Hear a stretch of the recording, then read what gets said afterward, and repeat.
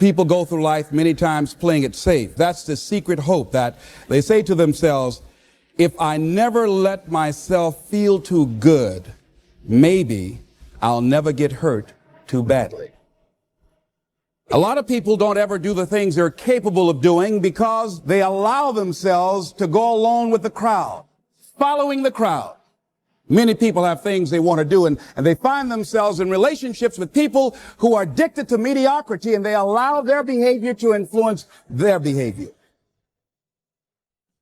Say, birds of a feather flock together. You run around with losers, you will end up a loser. Unconsciously, you will pick up their ways, you'll pick up their habits, you'll pick up, most importantly, their attitude about life. If you're around cynical, negative people all the time, you will become cynical and negative. You don't need to be a part of a crowd to know who you are inside.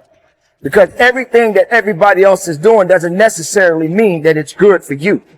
You don't need to be like everybody else, but you need to be the best of yourself.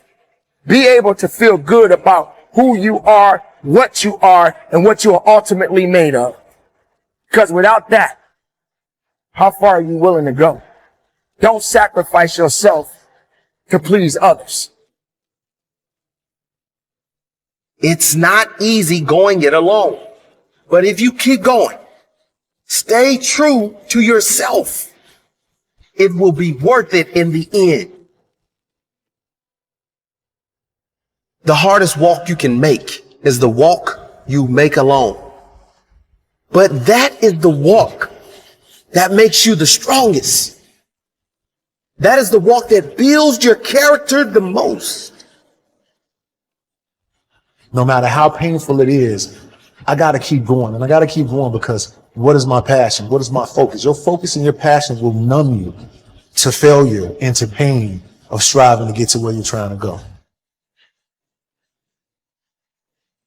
I don't accept that I am what I am and that is what I'm doomed to be.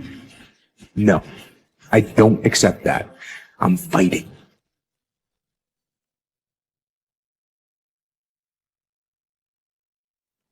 As you begin to look toward the future and take inventory of yourself, what is it about you right now that you've got to leave this behind? Because this no longer fits.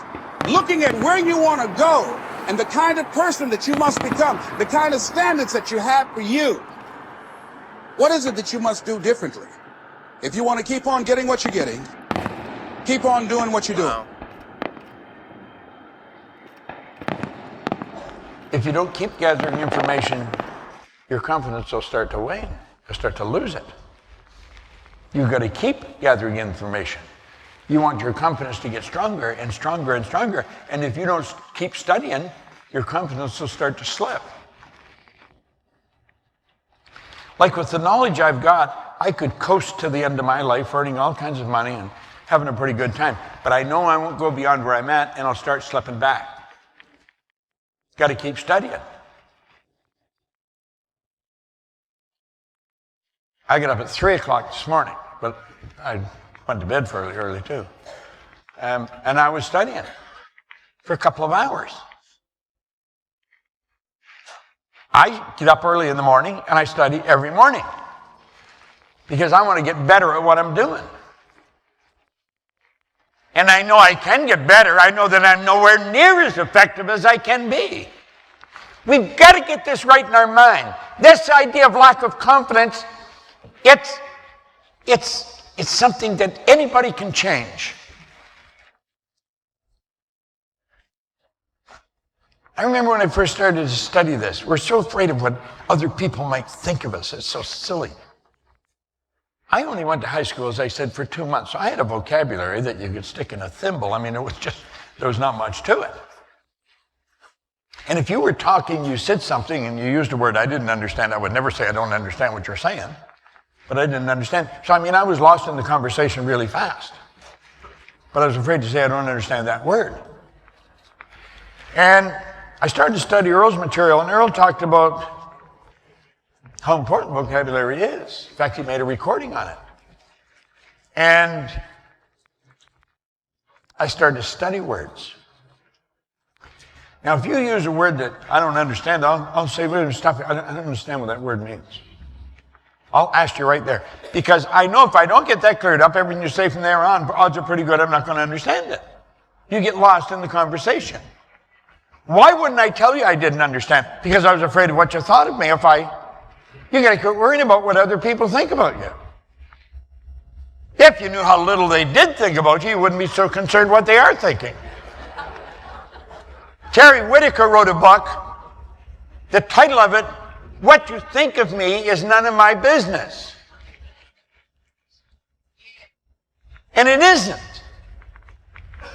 What other people think of you is none of your business. Quit worrying about what they think. I hope you like me, but if you don't, you got a problem. Because I like me. I don't give a damn whether you like me or not. I really don't. I hope you do, and you should. I'm a nice guy. But if you don't, it's not going to bother me. Now, for many years, that would have driven me crazy. Not anymore. Not a bit. This confidence concept is pretty big. And the more you study this material that we're giving you, the more confident you're going to become. So the first thing that people who are incredibly successful do is they do what they hate. They are fully prepared to do what they hate to get to where they want to be. And people who fail, they will give up their dream before they do what they hate to do. And people who are very successful, they never, ever, ever wait for motivation. They do it because when you do it, you become motivated. A great writer won't go, well, I'll just wait till I'm really motivated to start writing this book. No, they get up at 4 a.m, they don't want to, and they start to write, and then of course they become motivated. So you wake up in the morning and you go, you're not going to go, yay, it's 5 a.m, I'm putting on my running shoes and going for a walk up Laurel Canyon. Of course you're not going to do that. You're going to wake up and go, God, I really hate working out. But Marissa said, successful people do what they hate to get to where they want to be. Because of course the wonderful thing is that when you do what you hate first enough times, it starts to become natural. Like, I've got to do my taxes. I'll do that first thing. I've got to confront someone. I'll do it first. And so I still, to this day, wake up and think, oh, I don't really want to do that. So I'm going to do it first, because what I do want is to belong to that group of very, very successful people. So I know what the membership is. And every time I don't want to do something, I think, I don't want to do it, but what I do want is to belong to that group, so I'm doing it first. And it's a great way of thinking, because it starts to move you around wanting to do it for all the right reasons. Many, many years ago, I met someone who wanted to be a rock star. That was his ambition. He actually particularly wanted to be a drummer.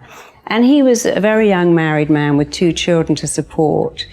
And he was going for a lot of auditions, and of course all the auditions take place during the day, and every time he had a job they wouldn't let him take time off. So he decided he would have to work nights in order to audition during the day, and the only job he could get was a job he hated. He was a taxi driver and he hated it, but he did it, but he just wasn't making enough money. So he thought, okay, I'll have to work in McDonald's. I get more money, I can work nights, I'm free to audition. And about a month before he'd applied to work in McDonald's, he'd been for an audition to be a drummer in a band he didn't even either, and in a fast food restaurant, which I hate, but I'm going to do it because it's going to take me to my goal. And it did. But the people who laughed at him and said, I wouldn't do that, none of them are rock stars.